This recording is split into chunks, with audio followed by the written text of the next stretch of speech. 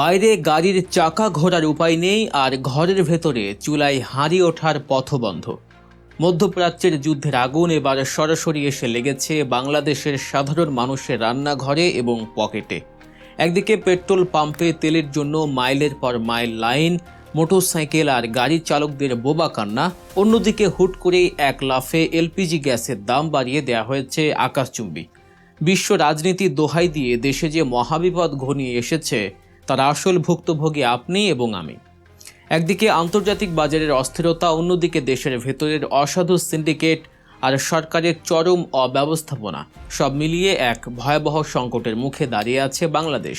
আজ আমরা বিশ্লেষণ করব কিভাবে তেল আর গ্যাসের এই দ্বিমুখী সংকট আমাদের সাধারণ মানুষের জীবনকে খাদের কিনারায় ঠেলে দিচ্ছে। শুরুতেই তেলের বাজারের দিকে তাকানো যাক।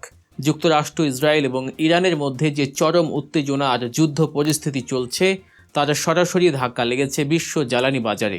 কিন্তু এই ধাক্কা বাংলাদেশের জন্য যতটা না প্রাকৃতিক, তার চেয়ে বেশি আমাদের নিজেদের সৃষ্টি করা দুর্বলতার ফল। ভেবে দেখুন, যে দেশের 17 কোটি মানুষের দৈনন্দিন চলাফেরা আর অর্থনীতির চাকা নির্ভর করে জ্বালানির উপর, সেই দেশের মোট জ্বালানির 95% আসে বিদেশ থেকে। আমদানির ওপর এই ভয়ঙ্কর নির্ভরশীলতা আমাদের কতটা অসহায় করে রেখেছে তা এখন হাড়ে হাড়ে টের পাওয়া যাচ্ছে। মধ্যপ্রাচ্য থেকে জ্বালানি তেল আসার সবচেয়ে গুরুত্বপূর্ণ রুট হল হরমুজ প্রণালী। এশিয়ার প্রায় 90% অপরিশোধিত তেল এই পথ দিয়ে আসে, কিন্তু যুদ্ধের কারণে এই পথ এখন আংশিক বন্ধ। আর এতেই আন্তর্জাতিক বাজারে তেলের দাম হু হু করে বাড়ছে। এই পরিস্থিতিতে বাংলাদেশের অবস্থা কতটা শোচনীয় শুনবেন।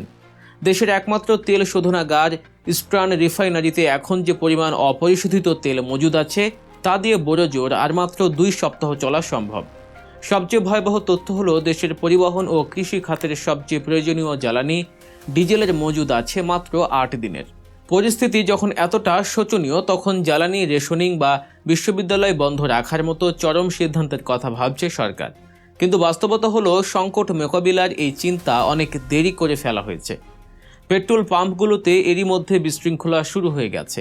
মোটরসাইকেল চালক থেকে শুরু করে পরিবহন কর্মীরা ঘন্টার পর ঘন্টা লাইনে দাঁড়িয়েও চাহিদা মতো তেল পাচ্ছেন না। কেউ কেউ খালি হাতে ফিরে যাচ্ছেন। মানুষের মধ্যে আতঙ্ক ছড়িয়ে পড়েছে। 2022 সালে রাশিয়া ইউক্রেন যুদ্ধের সময়কার তিক্ত অভিজ্ঞতা থেকে মানুষ এখন অতিরিক্ত তেল মজুদ করার চেষ্টা করছে, আর এই সুযোগটাই নিচ্ছে অসাধু সিন্ডিকেট ও কালো বাজারিরা। সরকারের কর্তা ব্যক্তিরা শীতাতপ নিয়ন্ত্রিত কক্ষে বসে সবসময়ই অভয় বাণী দিয়ে থাকেন। তারা বলছেন দেশে কোনো জ্বালানি সংকট নেই, কিন্তু বাস্তব চিত্র সম্পূর্ণ উল্টো। পাম্পে গেলে তেল মেলে না, অথচ কালো বাজারে চড়া দামে ঠিকই তেল পাওয়া যায়। এই সিন্ডিকেট ভাঙতে সরকারের কোনো দৃশ্যমান পদক্ষেপ নেই। দীর্ঘমেয়াদী পরিকল্পনার অভাবে রাষ্ট্রায়ত্ত প্রতিষ্ঠান পেট্রো বাংলা এখন বাধ্য হয়ে আন্তর্জাতিক বাজার থেকে চড়া মূল্যে এলএনজি বা তরলীকৃত প্রাকৃতিক গ্যাস কিনছে। শুনলে অবাক হবেন, স্বাভাবিক সময়ের চেয়ে প্রায় 2.5 গুণ বেশি দামে এই এলএনজি কিনতে বাধ্য হচ্ছে সরকার। আর এই বাড়তি টাকার যোগান কোথা থেকে আসবে? অবশ্যই আপনার আমার পকেট কেটে। সরকারের এই দূরদর্শিতার অভাব আর ভুল নীতির মাসুল কেন সাধারণ জনগণকে দিতে হবে? দর্শক, দেশের এমন সব গুরুত্বপূর্ণ খবরের পেছনের গল্প এবং সহজ বিশ্লেষণ নিয়মিত পেতে এখনই গল্প নিউজ চ্যানেলটি সাবস্ক্রাইব করে রাখুন। আপনাদের সমর্থনই আমাদের সত্য খবর তুলে আনতে সাহস যোগায়।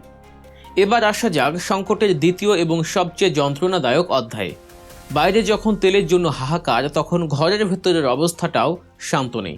সাধারণ মানুষের উপর যেন রীতিমতো এক প্রকার বোমা ফাটিয়েছে বাংলাদেশ এনার্জি রেগুলেটরি কমিশন বা বিইআরসি। হুট করেই তারা তরলীকৃত পেট্রোলিয়াম গ্যাস বা এলপিজির দাম অস্বাভাবিক হারে বাড়িয়ে দিয়েছে। নতুন ঘোষণা অনুযায়ী 12 কেজি ওজনের একটি এলপিজি সিলিন্ডার কিনতে এখন গ্রাহককে গুনতে হবে 1728 টাকা। আগের চেয়ে এই দাম 1,0387 টাকা বাড়ানো হয়েছে। একটু চিন্তা করে দেখুন, এক ধাক্কায় প্রায় 400 টাকা দাম বৃদ্ধি। অন্যান্য ওজনের সিলিন্ডারের দামও একইভাবে বাড়ানো হয়েছে। 5.5 কেজি সিলিন্ডারের দাম নির্ধারণ করা হয়েছে 792 টাকা এবং 15 কেজি সিলিন্ডারের দাম করা হয়েছে 2161 টাকা।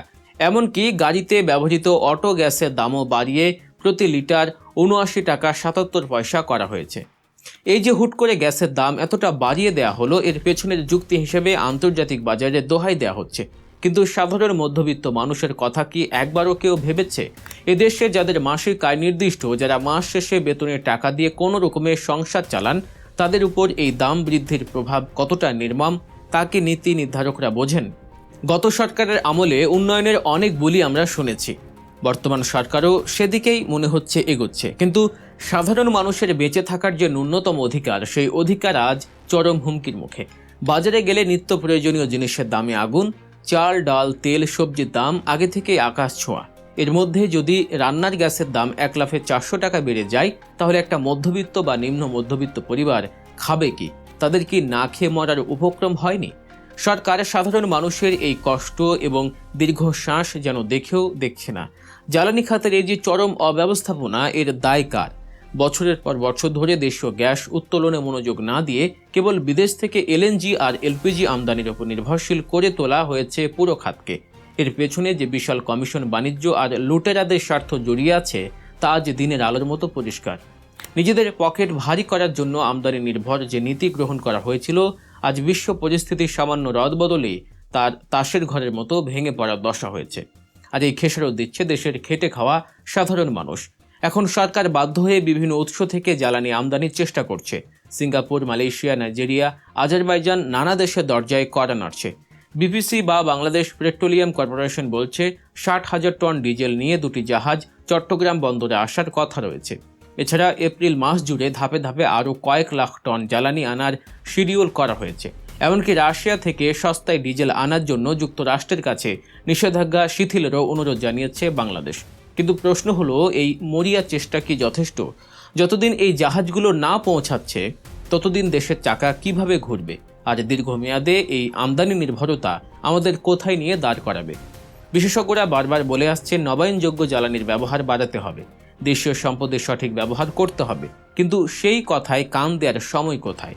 আজ মধ্যপ্রাচ্যের যুদ্ধ দীর্ঘস্থায়ী হলে বাংলাদেশের অর্থনীতি আক্ষরিক অর্থেই স্থবির হয়ে পড়বে। রিজার্ভের যে অবস্থা, তাতে চড়া দামে মাসের পর মাস জ্বালানি কিনে দেশ চালানো সম্ভব নয়। একদিকে তেলের অভাবে গাড়ি বন্ধ হওয়ার উপক্রম, অন্যদিকে গ্যাসের অভাবে চুলা বন্ধ। সাধারণ মানুষ আজ এক দম বন্ধ করা পরিস্থিতির মধ্য দিয়ে যাচ্ছে। সরকারের উচিত অবিলম্বে এই অসাধু সিন্ডিকেটদের বিরুদ্ধে কঠোর ব্যবস্থা নেওয়া, কালোবাজারি বন্ধ করা এবং সাধারণ মানুষের কথা বিবেচনা করে জ্বালানি ও গ্যাসের মূল্যে ভর্তুকি দিয়ে হলেও বাজারে স্বাভাবিক রাখা।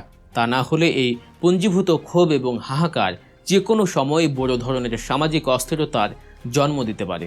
দেশের বর্তমান এই দমবন্ধ করা পরিস্থিতি নিয়ে আপনার কি মতামত? গ্যাসের এই অস্বাভাবিক দাম বৃদ্ধি আপনার সংসারে কতটা প্রভাব ফেলছে? কমেন্ট করে অবশ্যই জানাবেন। খবরের পেছনের আসল খবর জানতে এবং সবসময় আপডেট থাকতে গল্প নিউজ চ্যানেলটি সাবস্ক্রাইব করতে ভুলবেন না। আজকের মতো বিদায় নিচ্ছি। সচেতন থাকুন, সুরক্ষিত থাকুন। আল্লাহ হাফেজ।